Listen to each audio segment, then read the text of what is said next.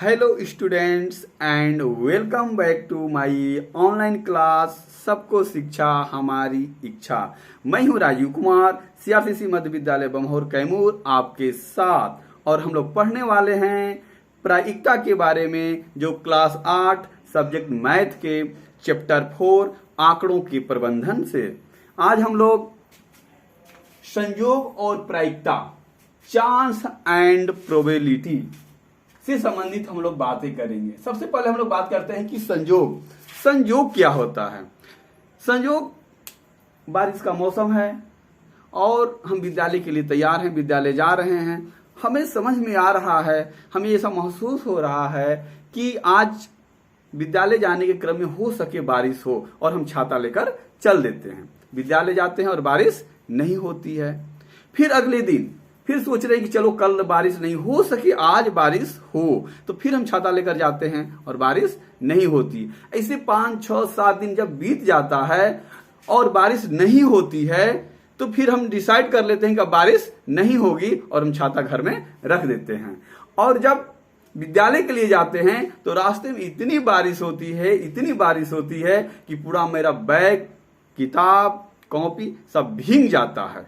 तो ये हम लोग देख रहे थे कि जो घटना है वो घट भी सकती थी और नहीं भी घट सकती थी। अर्थात हम लोग कह सकते हैं प्रायिकता का मतलब होता है संभावना। वर्षा हमारा हो भी सकता था और नहीं भी हो सकता था। हम लोग देखे, जब हम लोग को समझ में आया कि होगा तो नहीं हुआ, जब हम लोग को समझ में आया कि नहीं होगा तो हुआ। तो ये हो गया हम लोगों का संभावना। अर्थात हम लोग कह सकते हैं प्रायिकता का अर्थ होता है संभावना। कोई भी घटना दो होता है, या तो वो संभव होगा या तो वो असंभव होगा। हम लोग यह क्लियर कर लें कि कैसी घटना को हम लोग संभव बोलेंगे और कैसी घटना को हम लोग असंभव बोलेंगे। यदि हम आप लोगों से अभी जो बारिश वाली बात कर रहे थे, तो उसमें क्या था, बारिश हो भी सकती थी और नहीं भी हो सकती थी। तो ये जो घटना थी वो हमारा क्या था, संभव घटना था। यह हम लोग देख रहे हैं पासा में देख रहे हैं हम लोग 1, 2, 3, 4, 5, 6। अगर इसको हम लोग अगर लुढ़काते हैं, ऐसे हम लोग इसको करके ऐसे लुढ़काते हैं, ऐसे हम लोग लुढ़का दिए तो 5 आ भी सकता है और नहीं भी आ सकता है, 4 आ भी सकता है और नहीं भी आ सकता है। तो ये जो है 2, 3, 4 आना, एक जो घटना कहलाएगी वो संभव घटना कहलाएगी। अगर हम सिक्का ले लेते हैं और सिक्का में हेड और टेल, तो अगर हम ऊपर टॉस फेंकते हैं तो हेड भी आ सकता है और टेल भी आ सकता है। ऐसी घटना को हम लोग संभव घटना कहेंगे। अब हम लोग बात करते हैं असंभव घटना की। यदि हम कहें कि आज रविवार है बच्चों और कल मंगलवार होगा, तो हम लोग बड़ा आश्चर्य में पड़ जाएंगे। अरे आज रविवार है तो कल मंगलवार कैसे होगा? ये बिल्कुल असंभव है। आज रविवार है तो कल सोमवार ही होगा, मंगलवार होगा लेकिन अगले दिन मतलब कल नहीं होगा। कल क्या होगा, वो सोमवार होगा। तो इस घटना को हम लोग क्या कहेंगे, असंभव घटना कहेंगे। यदि इस पासे में अगर हम कहें कि अगर हम इसको अगर लुढ़काते हैं तो 8 आएगा, तो हम लोग मालूम है कि पासे में 1 से लेकर 6 तक ही अंक होता है, तो 8 कभी नहीं आएगा। अगर हम लोग कहें पूरा दिन ढक रहे हैं तो 1-2 घंटा तक करें तो कभी भी 8 नहीं आएगा। अर्थात 8 क्या हो जाएगा हम लोगों का, ये असंभव हो जाएगा। अर्थात हम लोग कह सकते हैं एक बात कि संभव में कि हिंदी में हम लोग देखे हैं हो सकता है। संभव का मतलब निश्चित नहीं कि होगा, हो सकता है। ऐसा अगर मेरे मन में विचार आए तो उस घटना को कहेंगे संभव। हो सकता है, यह घटना संभव कहलाएगी। और जो कभी नहीं होगा वो बिल्कुल क्या कहलाएगा, हमारा असंभव घटना कहलाएगा।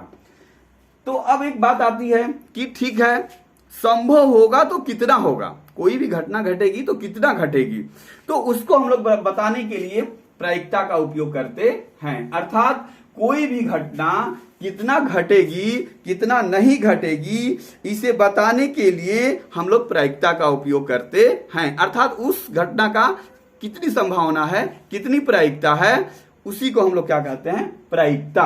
अब हम लोग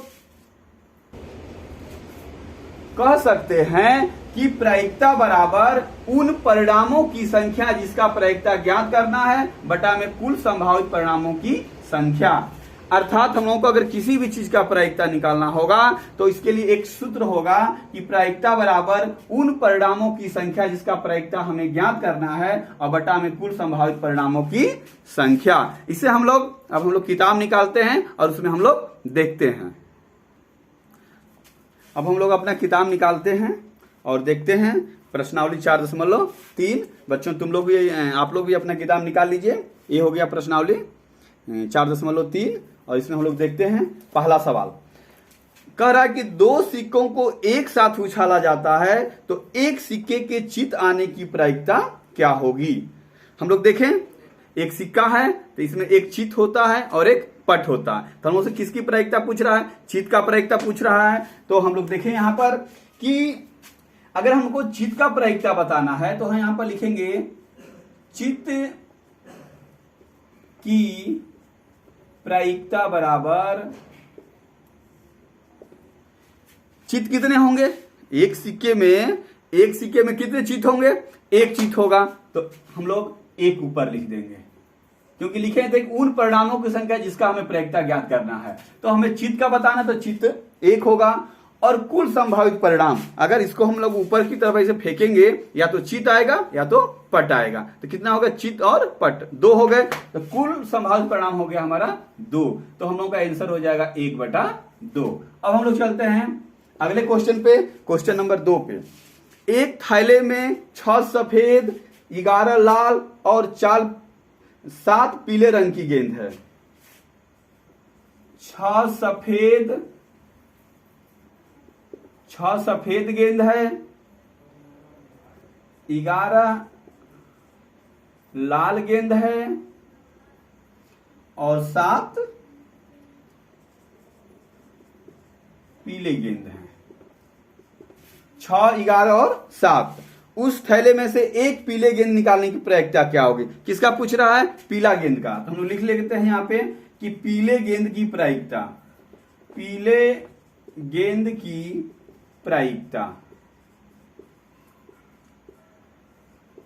अब एक थैला में 6 सफेद है, 11 लाल है और 7 पीला है, अर्थात टोटल कितना हो गया, 6 और 11 17 और 17 और 7 24।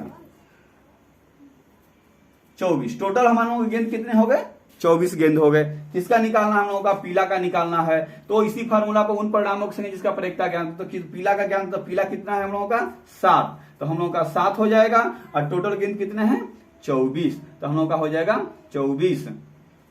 तो टोटल हम लोगों का 7/24 क्या हो जाएगा, ये हम लोगों का आंसर हो जाएगा। अब हम लोग क्वेश्चन नंबर 3 पर चलते हैं। अच्छी तरह से फेंटी हुई 52 ताशों की एक गड्डी में से एक इक्का प्राप्त करने की प्रायिकता क्या होगा। तो टोटल हमारे लोगों के पत्ते कितने होंगे ताश के 52 और उसमें इक्के कितने हैं, तो आप लोग तो जानते नहीं होंगे इसलिए ताश खेलते नहीं हैं। तो हम लोग जान जाएं कि एक गड्डी के 52 ताश के पत्तों में इक्का की संख्या 4 होती है। इसलिए हम लोग क्या करेंगे, 4 को ऊपर रख देंगे और टोटल 52, 13 चौके 52 कितना हो जाएगा, 1/13 हो जाएगा। अब हम लोग चलते हैं क्वेश्चन नंबर 4 पे।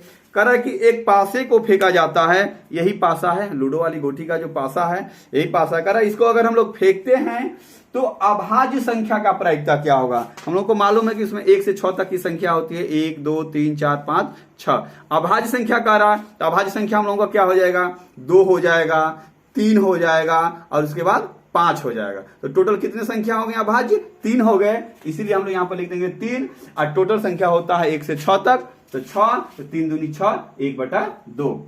फिर कह रहा है कि 7 आने का प्रायिकता क्या होगा। हम लोग सोचे कि पासे में 7 होता है क्या, तो 7 तो होता नहीं है, अर्थात 7 कितने होते हैं, कुछ नहीं होता, इसलिए हम लोग लिखेंगे 0। तो हम लोग लिखेंगे 0। अब कुल अंक कितना था 6, तो 0/6। तो टोटल हो गया हम लोगों का ये 0। बाकी हम लोग इसी तरह से क्वेश्चन नंबर हम लोग 5 को भी बना लेंगे और होमवर्क में इसको हम लोग कर लेंगे। अब आशा है आप लोग सही तरीके से समझ गए होंगे। नेक्स्ट वीडियो में नेक्स्ट चैप्टर के साथ मिलेंगे। तब तक के लिए गुड बाय बच्चों।